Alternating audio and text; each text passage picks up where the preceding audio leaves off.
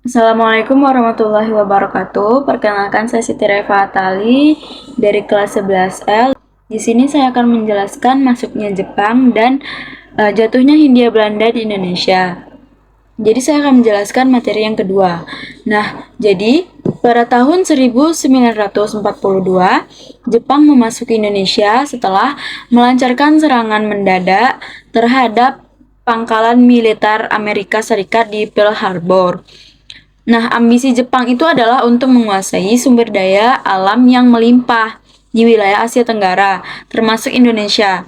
Nah, untuk mendukung ambisi imperial mereka, terutama tertarik pada minyak bumi yang menjadi aspek vital dalam industri dari perang modern ini.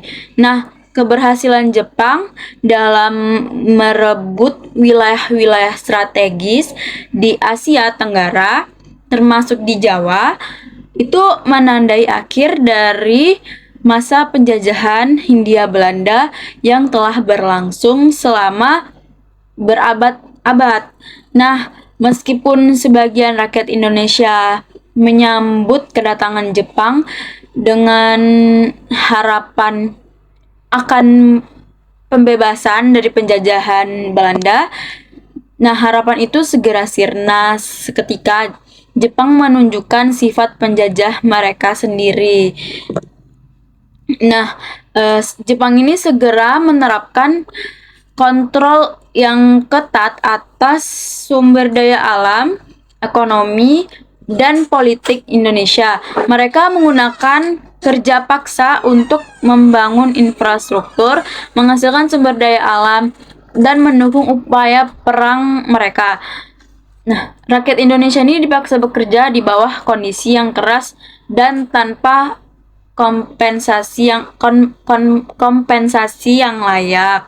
Selain itu, Jepang juga melaksanakan penindasan politik yang keras terhadap siapapun yang dianggap sebagai ancaman terhadap kekuasaan mereka. Nah, pihak yang menentang atau menunjukkan ketidaksetiaan terhadap rezim Jepang seringkali dianiaya atau bahkan dibunuh. Nah, meskipun Jepang melakukan propaganda yang berusaha meyakinkan rakyat Indonesia bahwa kedatangan mereka adalah untuk memajukan kesejahteraan, kenyataannya adalah bahwa kekuasaan Jepang membawa penderitaan bagi banyak orang. Namun, tidak dapat dipungkiri bahwa ada juga segmen masyarakat yang mendukung Jepang, baik karena alasan politik maupun ekonomi. Nah, jadi masuknya Jepang di Indonesia itu tidak hanya membawa perubahan politik dan ekonomi yang mendalam, tapi juga mengakibatkan penderitaan sosial dan manusia yang signifikan bagi masyarakat Indonesia. Ini adalah bab baru yang gelap dalam sejarah Indonesia yang akan membentuk dinamika sosial, politik, dan ekonomi di masa depan. Baik, segitu aja penjelasan dari saya. Terima kasih. Wassalamualaikum warahmatullahi wabarakatuh.